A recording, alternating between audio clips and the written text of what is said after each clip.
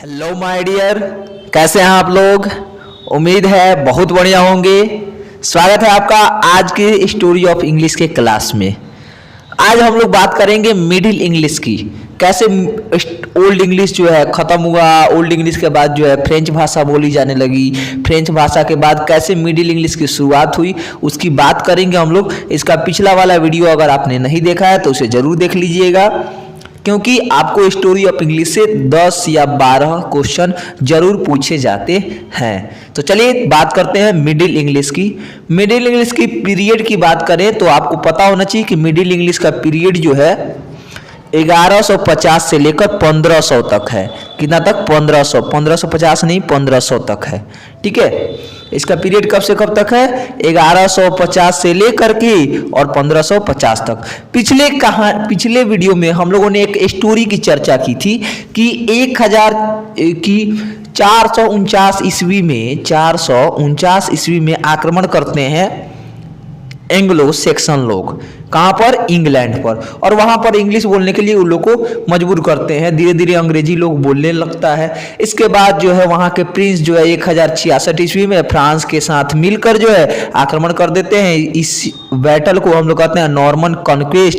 और Norman conquest में किसकी जीत हो जाती है? फ्रांस की। और इंग्लैंड में जो है फ्रांस की भाषा फ्रेंच बोली जाने लगती है। उसके बाद 1066 से लेकर 1149 तक फ्रेंच भाषा बोली जाती है। नहीं, 1149 के बाद जो है वहाँ के इंग्लैंड के जो पादरी लोग थे उन लोगों ने सोचा कि इस तरह इंग्लिश भाषा अगर ऐसे ही खत्म हो गया, ऐसे ही इसका अस्तित्व नहीं रहा, तो फिर उन लोग क्या, इंग्लिश भाषा तो खत्म हो जाएगी। तो उन लोगों ने जो है इंग्लिश में अपना स्पीच और उपदेश देना क्या कर दिया? शुरू कर दिया। तो वही बात यहाँ पे लिखा हुआ है, एडी 1066 से 1150 तक फ्रेंच भाषा ज़्यादातर जगह बोली जाने लगी। और फिर एडी 1150 में वहाँ के पादरियों को लगा कि इंग्लिश का वजूद ही खत्म हो जाएगा, इसलिए इंग्लिश में स्पीच उन्होंने देना शुरू कर दिया। और इस प्रकार मिडिल इंग्लिश की क्या हुई? शुरुआत हुई इंग्लिश में। तो शुरू में जो है मिडिल इंग्लिश क्या थी? एक रिलीजियस लैंग्वेज थी। कैसी लैंग्वेज थी? रिलीजियस लैंग्वेज थी। ध्यान में रखिएगा, मिडिल इंग्लिश कैसी लैंग्वेज थी? Religious language. क्योंकि कौन बोल रहा था मिडिल इंग्लिश? पादरी लोग बोलते थे या बाकी लोग उसको सुनते थे। चलिए अगर बात करें कि मिडिल इंग्लिश की दो सबसे महत्वपूर्ण घटना कौन कौन सी है, two significant events of middle English, तो दो घटनाएं हैं, दोनों को जरूर ध्यान में रखिएगा। एक है the introducing of printing technology, तो मिडिल इंग्लिश के समय जो है प्रिंटिंग टेक्नोलॉजी को लाया गया। और सेकेंड है the great vowel shift. Bar bar exam में पूछा जाता है कि the great vowel shift English के किस पार्ट में लाया गया? तो मिडिल इंग्लिश में। उसी तरह प्रिंटिंग टेक्नोलॉजी इंग्लिश के किस भाग में लाया गया? मिडिल इंग्लिश में। ध्यान में रखिएगा।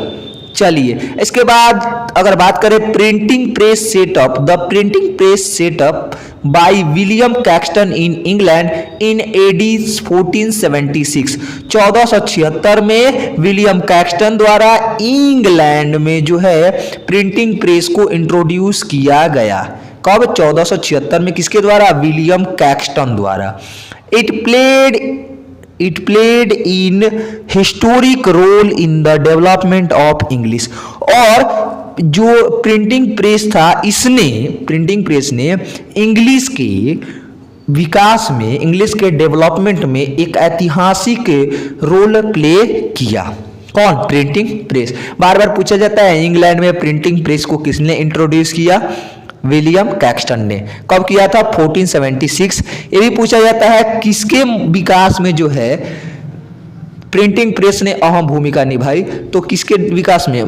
मिडिल इंग्लिश के विकास में। ध्यान रखिए कब लाया गया था? 15th सेंचुरी यानी कि 1476 एडी में। चलिए बात करें आगे, तो the great vowel shift involved a series of the pronunciation of the English long vowels. तो द ग्रेट वॉवेल शिफ्ट में क्या किया गया, तो इसमें बहुत सारे ऐसे वर्ड्स का सीरीज लाया गया जिनका उच्चारण लंबा होता था। The changes begin in about AD 1400 and were fully established by the end of middle English. माने इस चेंज को कौन से चेंज को, द ग्रेट वॉवेल शिफ्ट को, इसको 1400 ईस्वी में लाया गया और पूरी तरह से स्थापित कब हुआ, जब मिडिल इंग्लिश खत्म हुआ तब, यानी कि 1500 ईस्वी में। कब पूरी तरह से स्थापित हुआ, 1500 ईस्वी में क्या हो गया, पूरी तरह से एस्टैब्लिश हो गया। कौन, द ग्रेट वॉवेल शिफ्ट। शुरू कब किया गया, 1400 में शुरू किया गया। चलिए आगे है, modern English has involve from east Midland dialect. अभी हम लोग आगे बात करेंगे मिडिल इंग्लिश के डायलेक्ट्स की, ठीक है, मिडिल इंग्लिश के डायलेक्ट्स की बात करेंगे। उसमें तो हम 5 तरह के डायलेक्ट्स देखेंगे। तो मॉडर्न इंग्लिश जो है वो ईस्ट मिडलैंड डायलेक्ट से निकला हुआ है। किससे, ईस्ट मिडलैंड डायलेक्ट से, ध्यान में रखिएगा। चलिए आगे बात करते हैं डायलेक्ट्स ऑफ मिडिल इंग्लिश। तो dialects of middle English are divided into 5 types. आप पढ़ चुके हैं पहले भी। डायलेक्ट्स ऑफ ओल्ड इंग्लिश, और यहां पे ओल्ड इंग्लिश होगा। Dialects of old English are divided into 4 types. ये चारों टाइप्स हैं। और जो डायलेक्ट्स ऑफ मिडिल इंग्लिश है वो 5 टाइप में डिवाइड किया गया है। अब यहां पर आपको ध्यान देने की बात है कि 4 टाइप में सबसे पहला टाइप था कैंटिस। नहीं, कैंटिस जो है वही डायलेक्ट चेंज हो गया किसमें, नॉर्दर्न में। कैंटिस डायलेक्ट किस में चेंज हुआ, नॉर्दर्न में। नॉर्थम्ब्रियन जो है चेंज हो गया साउदर्न में। और अमेरिकन जो है, अमेरिकन डायलेक्ट जो है वो किस में चेंज हो गया, वो चेंज हो गया कैंटिस में, ठीक है। इसके बाद वेस्ट सेक्शन जो है यह ईस्ट मिडलैंड और वेस्ट मिडलैंड में बट गया। कौन सा, वेस्ट सेक्शन। और इसी ईस्ट मिडलैंड से कौन बदला, मॉडर्न इंग्लिश निकला हुआ है। किससे, ईस्ट मिडलैंड से। ध्यान में रखिएगा कि ओल्ड इंग्लिश में 4 डायलेक्ट्स हैं, मिडिल इंग्लिश में 5 डायलेक्ट्स हैं। चलिए अब बात करते हैं मॉडर्न इंग्लिश में कुछ लिखे गए बुक्स की। तो इसमें कुछ इंपॉर्टेंट राइटर्स हैं जिनका नाम आपको ध्यान में रखना ही चाहिए, बिल्कुल रखना चाहिए। सबसे पहले है चौसर। इनका पूरा नाम है जियोफ्री चौसर, ठीक है। तो इन्होंने कौन कौन सा बुक लिखा है, तो सबसे पहला इनका बुक है the prologue to the Canterbury Tales. The prologue to the Canterbury Tales और द कंटरबेरी, दोनों रचनाएं इन्हीं की है। The prologues to Canterbury Tales, the Canterbury, ठीक है। इसके अलावा दूसरे कवि हमारे टेल्स ग्रोवर। दूसरे कवि कौन से हैं, टेल्स ग्रोवर। इनकी रचना है मेडिटेंटिस, वॉक्स क्लेमेंटिक्स और कॉन्फिसियो एमेंटिस, ठीक है। इसके बाद तीसरे कवि हमारे लैंगलैंड। कौन है, लैंगलैंड। इनकी रचना जो है पायर्स द प्लोमैन, ये बहुत बार पूछी जा चुकी है। इसके अलावा एक और चीज बहुत ज्यादा पूछा जा चुका है कि बाइबिल का ट्रांसलेशन किसने किया था, तो बाइबिल का ट्रांसलेशन किया था विक्लिफ ने। बाइबिल का ट्रांसलेशन किसने किया, विक्लिफ ने। तो ध्यान में रखिएगा ये वाला संरचना और ये वाला संरचना और बाइबिल का ट्रांसलेशन बहुत ज्यादा एग्जाम में आपके पूछा जाता है। चलिए कुछ इंपॉर्टेंट फैक्ट्स की बात करते हैं। तो सबसे पहला इंपॉर्टेंट फैक्ट है कि Geoffrey Chaucer is called, Geoffrey Chaucer is called, Geoffrey Chaucer is called father of English. इनको क्या कहा जाता है, father of English literature and the father of English poetry. इनको फादर ऑफ इंग्लिश लिटरेचर और father of English poetry कहा जाता है। किसको, जियोफ्री चौसर को। ध्यान में रखिएगा। Bible was translated into English by Wycliffe. किसके द्वारा इंग्लिश में ट्रांसलेट किया गया बाइबल को, विक्लिफ के द्वारा। किसके द्वारा, विक्लिफ के द्वारा। चलिए अब बात करते हैं हम लोग कुछ इंपॉर्टेंट ऑब्जेक्टिव क्वेश्चंस की। चलिए मिडिल इंग्लिश चैप्टर खत्म करने के बाद हम लोग आते हैं ऑब्जेक्टिव क्वेश्चन पे। आज का सबसे पहला ऑब्जेक्टिव क्वेश्चन है English used since AD 1500 is called. माने 1500 ईस्वी से जो इंग्लिश यूज की जा रही है उसको क्या कहते हैं, उसको क्या कहते हैं, मॉडर्न इंग्लिश कहते हैं। क्या कहते हैं, मॉडर्न इंग्लिश। ध्यान में होगा आपको 449 से लेकर 1066 तक ओल्ड इंग्लिश। नहीं। इसी तरह 1150 से लेकर 1500 तक इसको कहते हैं मिडिल इंग्लिश, और 1500 से लेकर अभी तक तो क्या कहते हैं, मॉडर्न इंग्लिश कहते हैं। चलिए सेकेंड क्वेश्चन है, द वाज मिडिल इंग्लिश और सिंगल यूनिफॉर्म लैंग्वेज। क्या मिडिल इंग्लिश जो था सिंगल यूनिफॉर्म लैंग्वेज था? कमेंट करके आंसर बताइए।